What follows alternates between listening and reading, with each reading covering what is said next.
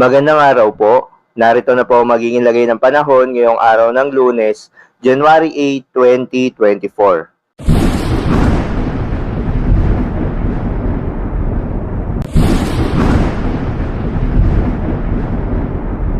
Sa kasalukuyan nga at ayon sa Pag-asa, patuloy na nakakaapekto itong northeast monsoon o hanging amihan sa malaking bahagi ng Luzon kabilang na ang Metro Manila.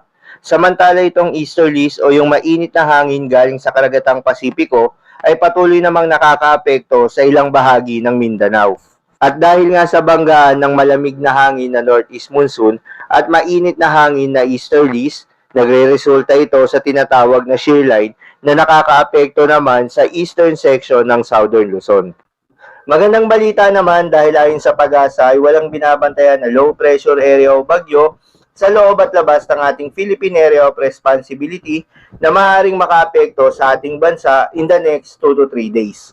At para naman sa lagay ng panahon dito sa Luzon ngayong araw ng Lunes, asahan pa rin sa Bicol Region ng maulap na papawirin na may kalat-kalat na pagulan at pagkidlat pagkulog dulot nitong shear line. Posible rin po ang mga pagbaha o pagguho ng lupa dahil sa katamtaman hanggang sa kung minsan ay malakas na pagulan.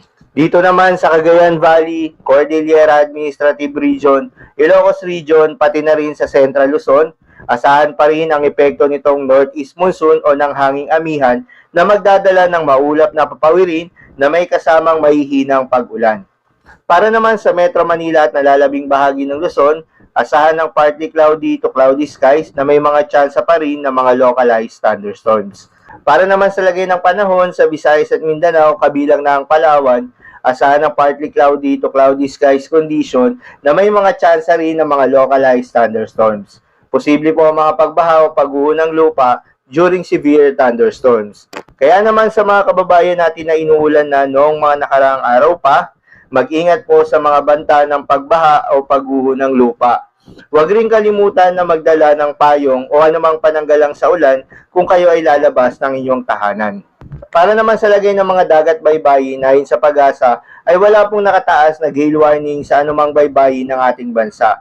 Ngunit iba yung pag-iingat pa rin sa ating mga kababayang mangingisda at yung may mga maliliit na sasakyang pandagat kung kayo ay papalaot, lalong-lalo na sa Luzon area dahil posible ang maalon hanggang sa napakaalon na karagatan. So yun lamang po para sa lagay ng panahon ngayong araw ng Lunes. Keep safe everyone.